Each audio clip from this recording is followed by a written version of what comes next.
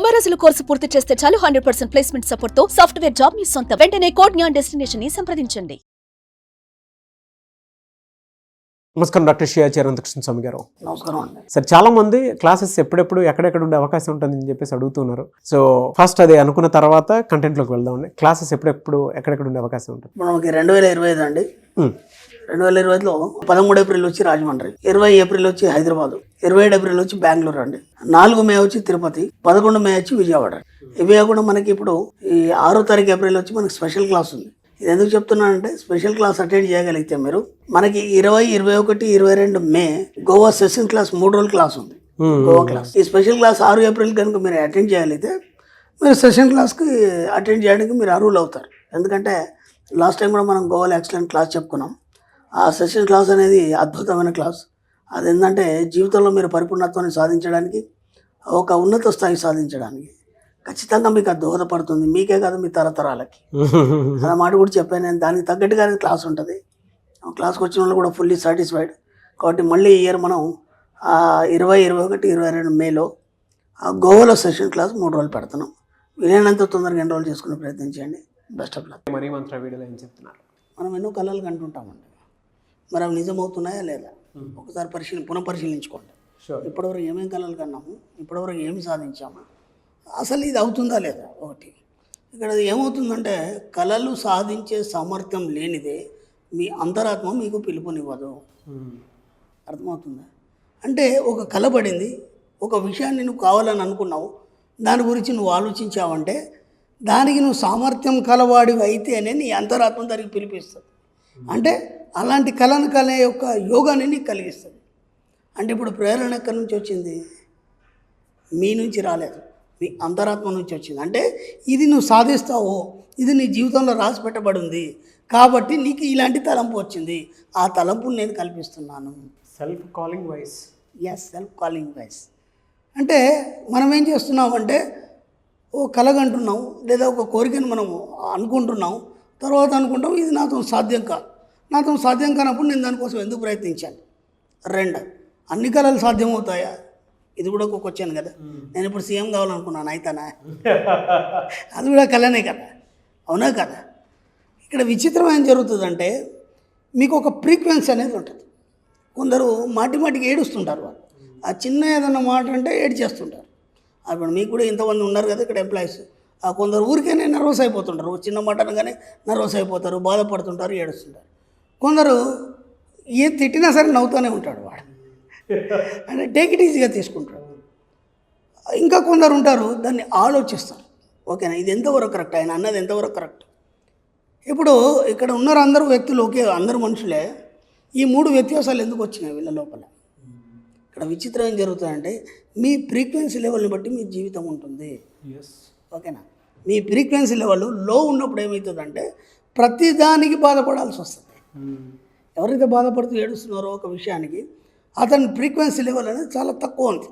ఓకేనా, ఆలోచిస్తాను అనుకునేవాడికి మధ్యస్థంగా ఉంది. ప్రతిదాన్ని టేక్ ఇట్ ఈజీగా తీసుకుంటాడు కదా, వాడు హైలో ఉంటాడు. వాడు ఎప్పుడైతే ఆ ఫ్రీక్వెన్సీ లెవెల్ హైలో ఉంటుందో వాడు ఖచ్చితంగా వాడి జీవితంలో ఒక ఉన్నత స్థాయికి వస్తాడు. ఓకేనా, కాబట్టి మీ కళలు కానీ సామర్థ్యం ఏదైతే ఉందో మీ అంతరాత్మ మీరు సాధ్యమైతేనే పిలుపునిస్తుందంటే మీ ఫ్రీక్వెన్సీ లెవెల్ చాలా హై స్థాయిలో ఉంది అన్నప్పుడే మీకు వాటి పట్ల ఆలోచనలు వస్తాయి. కానీ చేస్తున్నారంటే మీ ఆలోచనల ద్వారా, మీ ఆలోచనలు వేరు, అంతరాత్మ పిలుపు వేరు. ఎందుకని చెప్తున్నానంటే ఇంతకుముందు మనం చెప్పుకున్నాం conscious mind, sub conscious mind.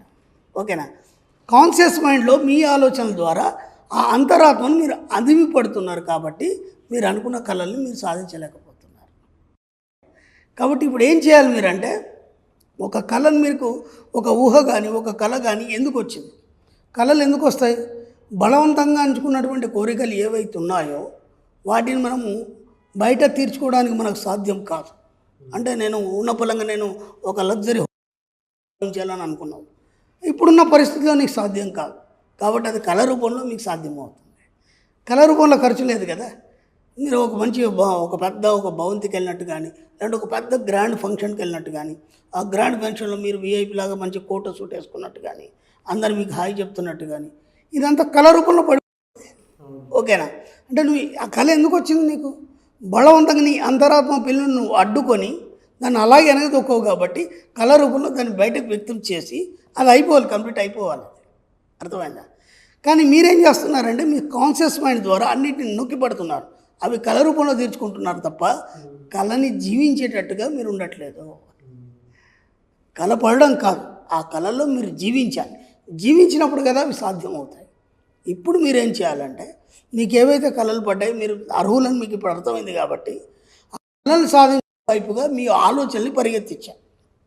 అది ఎలాంటి కళలైనా సరే, ఏ కోరికలైనా సరే అటువైపుగా మీరు ఎప్పుడైతే ఆలోచిస్తూ మీ యొక్క ప్రయాణం సాగిస్తారో ఆటోమేటిక్గా ఏమవుతుంటే దానికి సంబంధించినటువంటి బోలెడ్ వైబ్రేషన్స్ మిమ్మల్ని ఆకర్షించడం మొదలవుతాయి. అంటే ఏమవుతుంది, ఇప్పుడు మీరు ఒక మంచి స్టార్ హోటల్లో మీరు ఒక హై స్టేజ్ ఒక లెవెల్లో ఉండాలని మీరు ఏదో అనుకున్నారు, మీరున్న పరిస్థితిలో మీరు అది చేయలేరు. ఇప్పుడు ఏమైందంటే అనుకోకుండా ఏదో కంపెనీ నుంచి మీకు ఒక ఆఫర్ రావడం, అర్థమైందా? కంపెనీ నుంచి తీసుకెళ్తారు చాలామంది. ఉన్న బలంగా ఏమైపోద్ది అంటే మీకు ఆఫర్ రావడం, ఆఫర్లో మీరు పాల్గొనడం. ఇప్పుడు ఖర్చంతా కంపెనీ భరించేసి ఆ లగ్జరీస్ లైఫ్ని మీకు చూపించేస్తుంది. అర్థమైందా?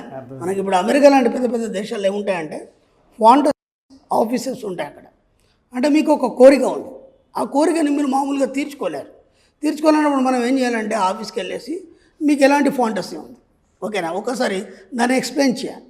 ఇలా నాకు ఇలా ఉండాలని ఉంది, ఇలా చేయాలని ఉంది. వాళ్ళు ఏం చేస్తారంటే దానికి సరిపడా ఖర్చును తీసుకొని ఆ యొక్క కళ ఏదైతుందో దాన్ని నెరవేర్చేటట్టు చేస్తారు వాళ్ళు. అంటే ఆ అట్మాస్ఫియర్ని వాళ్ళకి కలగజేస్తారు. అర్థమైందా? ఇక్కడ మనకు అవకాశాలు లేవు కాబట్టి మనం ఏం చేయాలంటే ఆ కళతో జీవించాలి. జీవించినప్పుడు ఏమవుతుందంటే దానికి తగ్గ అవకాశాలు ఏదో రకంగా మీ దగ్గరకు వస్తాయి. ఇందాక చెప్పినట్టు కంపెనీ వాడు తీసుకెళ్ళి చూపించడం, లేదంటే ఉన్న పొలంగా ఏమైందంటే ఎవరో బంధువులు మేము పడారు ఊరు వెళ్తున్నాము, ఓకేనా, మీరు కూడా వస్తారా అన్నప్పుడు మీరు ఎవరు రారన్నప్పుడు అరే నేను వస్తానప్పుడు ఆటోమేటిక్గా వాళ్ళతో పాటు తీసుకెళ్ళేసి మీరు ఏ ప్రదేశాలు చూడాలనుకున్నారో అవన్నీ వాళ్ళు అన్నీ చూపించేస్తారు. అంటే ఇక్కడ ప్రతి కళకు డబ్బుతో ముడిపెట్టాల్సిన అవసరం లేదు. మనం కోరుకునే వాటికి డబ్బే కావాల్సిన అవసరం లేదు. మీ కళల్ని ఎలా సాధించుకోవాలన్నప్పుడు ఆ కళల్లో జీవించినప్పుడు ఏమవుతుందంటే దానికి తగ్గట్టు అట్మాస్ఫియర్ అనేది మీకు ఏదో రకంగా విశ్వం కలగజేస్తుంది. మీ కోరిక తీరిపోతుంది, సింపుల్. కాబట్టి కళను సాధించే సామర్థ్యంలో మీ అంతరాత్మ మీకు పిలుపునిస్తుంది. ఏమనంటే నువ్వు దీనికి అర్హుడవే, నువ్వు ఎక్కడ కూడా డిసప్పాయింట్ కాకు, నేనున్నాను, దాన్ని ఎలా సాధ్యం చేయాలో నేను చూసుకుంటాను. నువ్వేం చేయాలి, కేవలం దాని కళను కంటూనే ఉండాలి, దాంట్లో జీవించాలి. అదొక్కటి మనం చేస్తే చాలు. కాబట్టి everything is possible with this subject. ఇది ఏదైనా సరే మన సబ్జెక్టులో సాధ్యం అనేది ఉంటుంది, కానీ అసాధ్యం అనేది లేదు. మీరు ఏదైనా కోరుకోండి, ప్రపంచంలో అన్నీ సాధ్యమవుతాయి. అంతరాత్మ నిజంగానే తీసుకెళ్తుంది. ఎస్, అర్హతని కనుక మనం ఆలోచనలో సంపాదించుకోగలిగితే ఆటోమేటిక్గా దాని ప్రయాణం దానికి సజావుగా సాగేలాగా చేస్తుంది.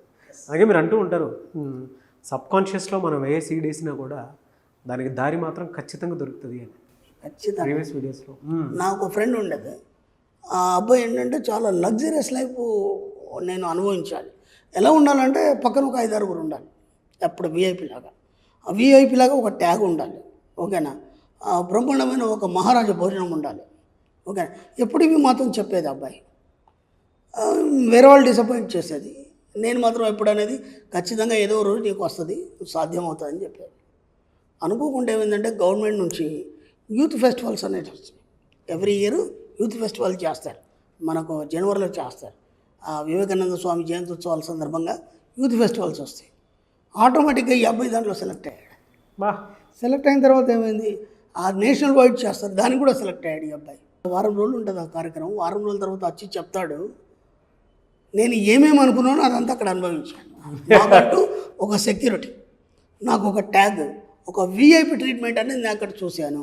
సాధ్యమైందా లేదా? కాబట్టి ప్రతిదీ సాధ్యమవుతుంది మన లైఫ్లో. ఎక్కడ కూడా నిరాశ నిస్పృహలతో ఇది కాదు అనే భావంతో మీరు ఎప్పుడు నిరుత్సాహపడకండి. ఖచ్చితంగా మీ కళలో జీవించండి, అనుకునే సాధ్యమవుతుంది. ట్రూ అండి. Thank you sir, thank you so much doctor Shri Acharya Anantakrishna గారు. Thank you. సుమన్ టీవీలో మీ పర్సనల్ అండ్ బిజినెస్ ప్రమోషన్స్ కోసం కింది నెంబర్కి కాంటాక్ట్ చేయండి.